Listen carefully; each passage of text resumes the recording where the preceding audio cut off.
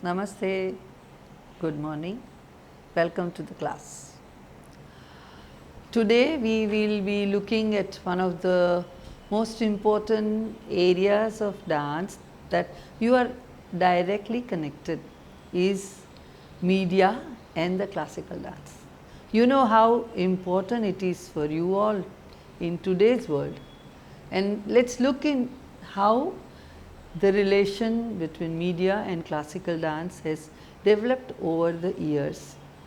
As in the most Indian classical dance forms are all ancient, even if revived and revitalized in last few centuries, its outreach through the media is a very different story. The story is not even a century old because the state of development in dance, writing, or for that other classical arts is rather recent.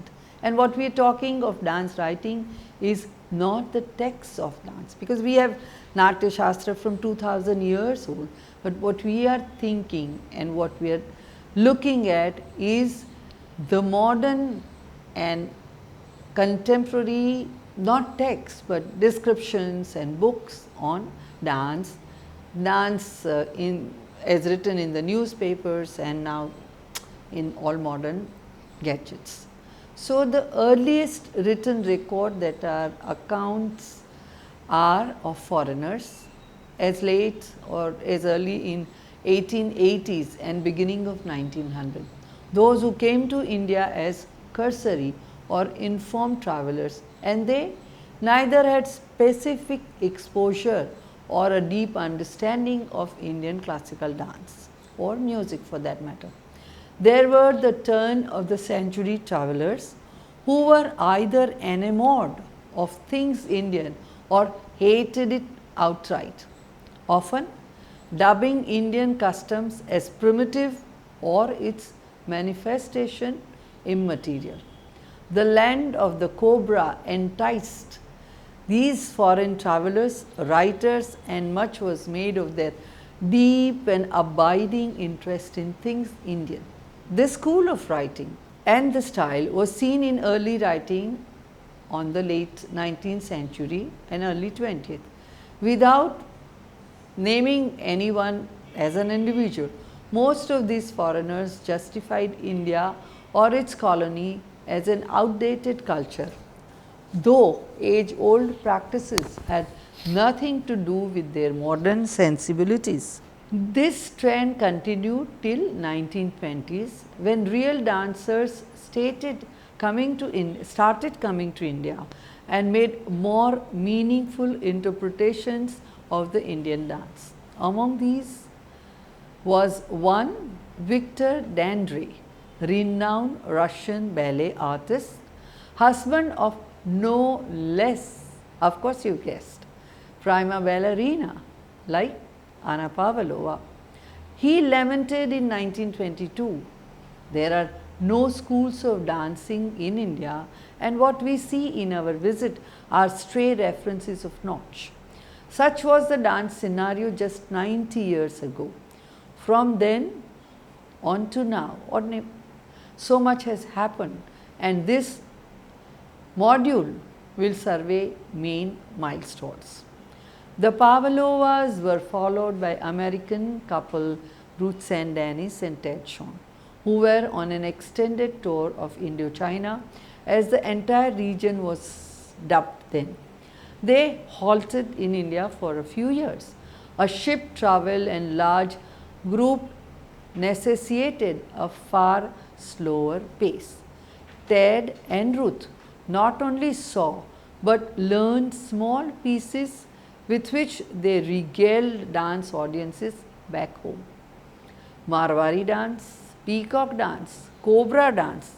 For them, Indian dances were exotic and mystical, and of course oriental. The Shawns were followed by more Americans to India. Lamary, who discovered Ram Gopal and took him on tour and later helped him reach Europe, where his unusual looks of Burmese mother and Rajput father zones and regal attires made him look like a god, if not a prince come alive on stage. He captured European imagination, and Ram Gopal in 1930s was a popular name in Europe. A real prince, although more in nomenclature than royal lineage or reality, was Uday Shankar, who was studying painting in London and chanced to dance with Anna Pavlova in Paris and then in London, established him as a Hindu god descended on dance stage. He too captured the foreigner's imagination and was thus established as the Prince of Indian dance. Ragini Devi came next and went to study Kathakali in Malabar, as Kerala was then known, and saw Gopinath at Kalamandalam and partnered him in her dances. They became famous dancing group. Her daughter Indrani Rahman was India's first Miss India, and she was also the first to center stage a languishing form like Odissi. In the nationalist revivalist trends of 1940s, things Indian were taken up by Indians, and in dance an important advocate was E. Krishna Iyer. He was both a lawyer and an activist. In later years in 1930s, his pen drew venom on the plight of and decline of Devadasis, the traditional practitioners of Sadir or Bharatanatyam. He fought hard and he fought long for the reinstatement of both the Devadasi and dance. The dance survived, the hereditary proponents didn't. His writings were the earliest Indian writings of depth and meaning, as he knew both the sastric texts in which our dances were moved. He also knew English better than the Queets. His massive campaign provided much ink for the print media then. E. Krishna Iyer continued to be both known. E. Krishna Iyer can be called the first Indian critic of Indian dance. At the same time, there was a maverick writer in Bangalore called G. Venkatachalam. His writings were more fun and PR driven than dance, and his surface level knowledge made him appreciate most dancers of the period, with his favorite being Shanta Rao, whom he also put on cover of his second book. He wrote brief chapters on each main star of that period. Some chapters provided interesting glimpses into life and times of artists those days. One example is Gopinath and Thangamani, how he informed of the divide between North and South Kerala, how Cochin girls were far better looking than the Travancore girls. Nationally, there were few writers in the mass media, as our dances have been regional and language specific. So, someone writing on Manipuri may not reach Madras or vice versa, if English was the connecting language. History gave that role to a Punjabi who went from missionary college run by Americans, the Foreman Christian in Lahore, to Kalakshetra in Madras, founded and run by Rukmini Devi Arundel. He became the first male student of Kalakshetra from North India, Mohan Prakash Khokar. In the 1950s through the 1990s, he remained the single most erudite and knowledgeable writer of depth. He also took his own photographs. Those days, a rarity. A very expensive proposition. Even black and white film roll had to be imported. Thus, he pioneered dance documentation. Today, his large holdings, named after Mohan Khokar dance collections, are the only direct and authentic record of dance history and heritage of the last century in totality. His books remain sold out and seminal. He inspired and mentored the next generation of writers. One man helped save and serve the dance history of a century of Indian dance. He is hailed as father figure of dance writing, photography and documentation. Next, Dr. Kapila Vatsyan concerned herself not with one aspect of performing arts, but with an overall concern for aesthetics. Her earliest writings were on social dancing in college, and much later she took to books on classical and folk forms. Her position in Delhi administration as the chairperson and secretary of the Sangeet Natak Academy helped her cement her standing in the art fraternity. She gained in strength over the decades. She did not do reviews but over reviews, and in her senior years took to platforming larger concerns in arts and culture. She created institutions like IGNCA, Indira Gandhi National Center for Arts. She also ended up as nominated member of the parliament. Kapila Vatsyan is one of the most authoritative name in the history of dance and art in India and in the world. Sunil Kothari, Subbadu, Srinivasan were all dance writers in the 70s through 80s, and they held their jobs teaching, working for government and writing on the side. While Dr. Sunil Kothari did much field work and wrote columns and books, Subbadu was a Carnatic music specialist, and K. S. Srinivasan decorated the Delhi dance pages of the Times. Other critics of that period one can name in passing are V. V. Prasad, S. V. Rajan and Narayan Swami. Shanta Sarabjit Singh came to dance writing via films in the late 60s. She was a quite essential celebrator of all art forms, and while not specializing any one, she made it her mission to view dance arts through a prism of positivity, thus supporting all shades of dancers. She was known for her excellent craftsmanship of language, and till date no one can match that command and control over English in dance writing. Many young people and in their mid 40s and 50s have developed a good sense of writing on dance and have contributed extensively in dance writing, in magazines, in newspapers, and they have had extensive exposure to dance writings. Some of them to cite is Dr. Arshia Shetty, Dr. Ketu Katral, Dr. Tulsi, and so many. Just as an example, Ashish Khokar, he came, we will discuss a bit about him, because to give you an idea that how learning dance and then dance writing can also become your one of the professions. So, Ashish came on the scene as a generational shift between the old and the young India. He has taken up issues and has helped dance field more than an individual dancers. He started to write in 1985 with Weekend Review of the Hindustan Times Group.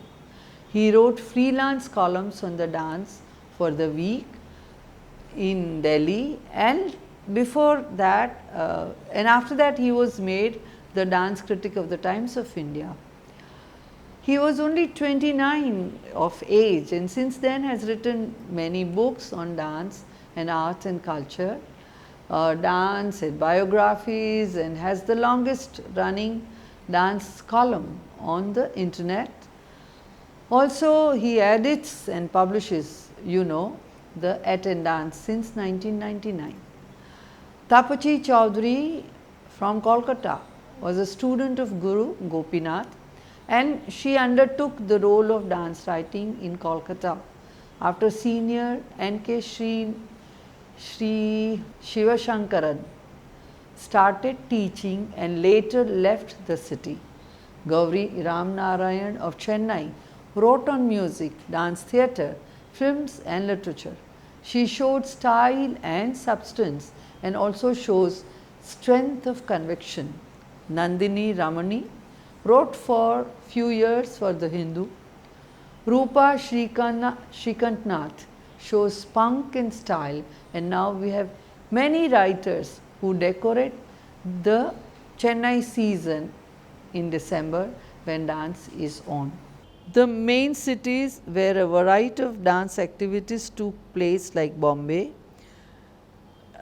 It was more than in Madras in 1950s and 60s and in Delhi in 1970s till date. More than Madras in the same period, writing on dance was cursory at best and persona at worst. Dancers like Shirin Vajivdar or Rita Devi, who wrote as dance critic of leading newspapers in Bombay like Times of India, themselves wrote informed articles, but rarely criticized any fellow artist, of course. In Delhi, retired people took to dance writing to supplement their work. These were mostly in the 1970s to 1980s, and this group of quasi-critics were either seeking an assistance by penning some space filler reviews, using standard descriptive form for program notes palmed off a critic. They wrote, "She did scintillating Tirmanam, set to Rag Hindolam," a type of reviews made to difference to dance outreach or appreciation. It certainly gave a kick to both the writer and the enemies of the dancer, who was thus demolished. Some vintage dancers are on record saying they paid monthly salaries or stipend to one particular critic of Delhi to write positive reviews. Media's role in dance evolved thus slowly after independence. When many classical forms got established, reviews gained currency in the 1960s through 1980s. This was the best trend in dance writing in the print media. Many editors of national magazine discovered Indian dance for and as a great visual filler and filler. Magazines like Illustrated Weekly and Famila gave cover page stories on dance and dancers, while Mulk Raj Anand with Mohan Kokar edited and put together many issues of Marg from Tata Press as a standard journals of dance. They are still hailed as benchmark, but most later day in-flight magazines gave 7-paged features on dance festivals or jewelry and costumes, photographed by commercial or industrial or film photographers. The dance photography started with Avinash Pashricha. Dance writing remained confined to reviews and columns, were not national but local. Thus, someone writing in Delhi was known mostly in that region, and someone writing in South known only in that region. Non-metro India like Bangalore with Chandrasekhar or B.V.K. Shastri and Hyderabad with C.V.N. and Narayan remained local.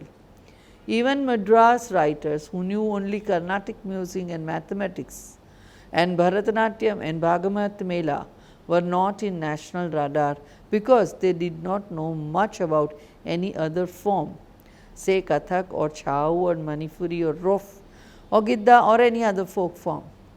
Calcutta had Uday Shankar trained dancers like Shiva Shankaran, who became critics of newspaper like the Statesman.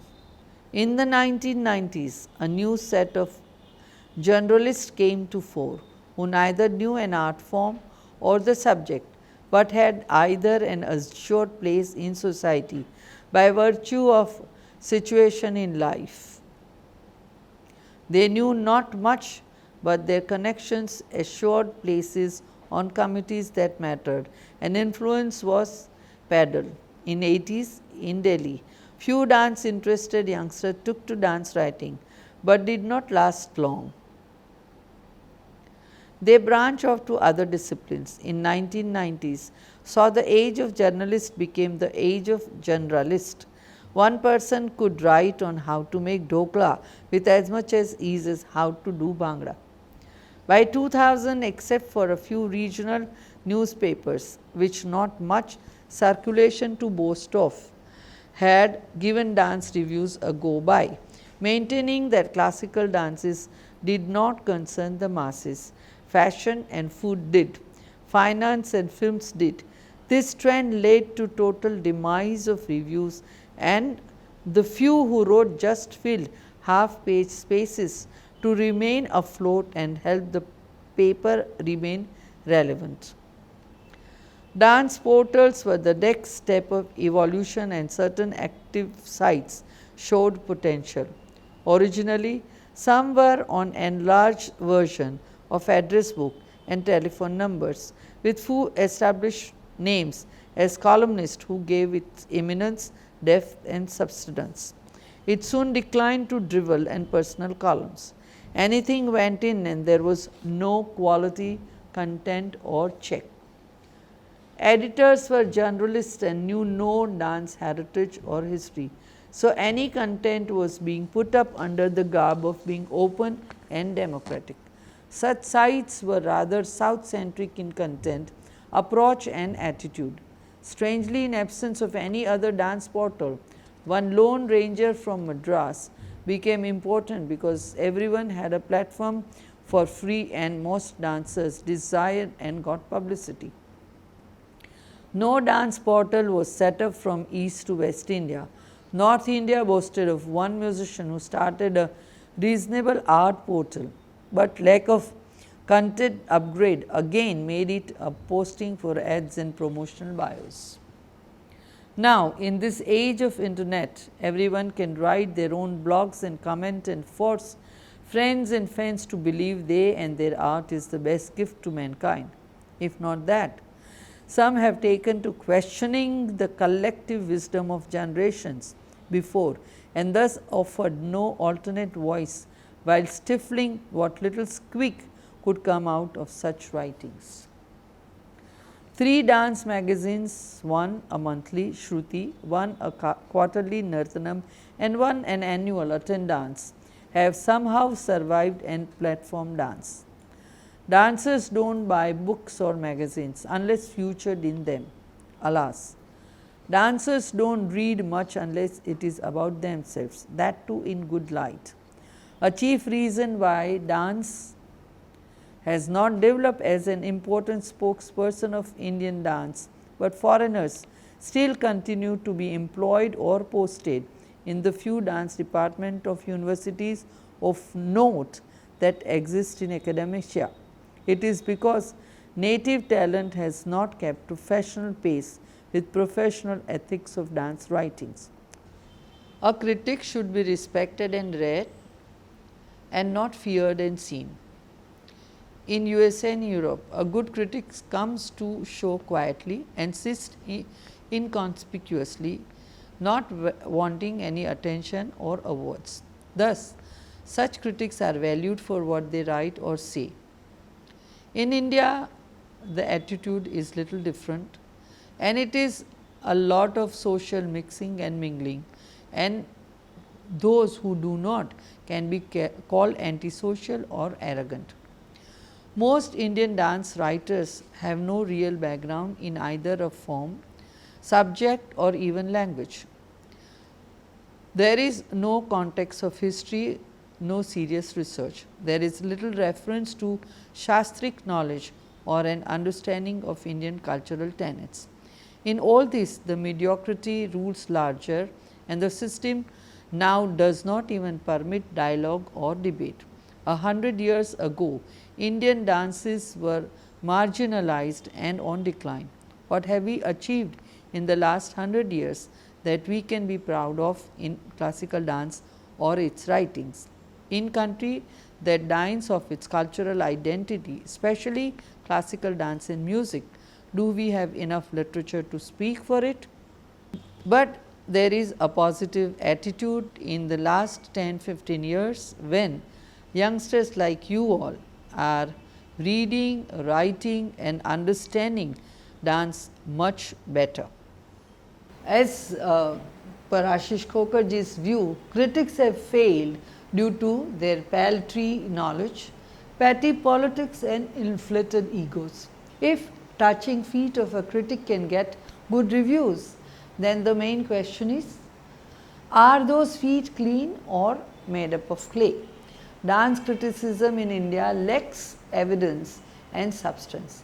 Only one or two or maybe 5 critics now nationally have any standing or credibility, and very few dance historians. The top one has a degree in Indian history at master's level and learnt various classical forms. Do any of self-proclaimed dance critics know the process and protocol of dance history and writing? But that was the time. Now the times are changing.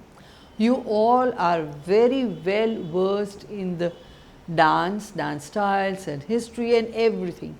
So when some of you become, or those already who have become critics, they are writing sensible and well.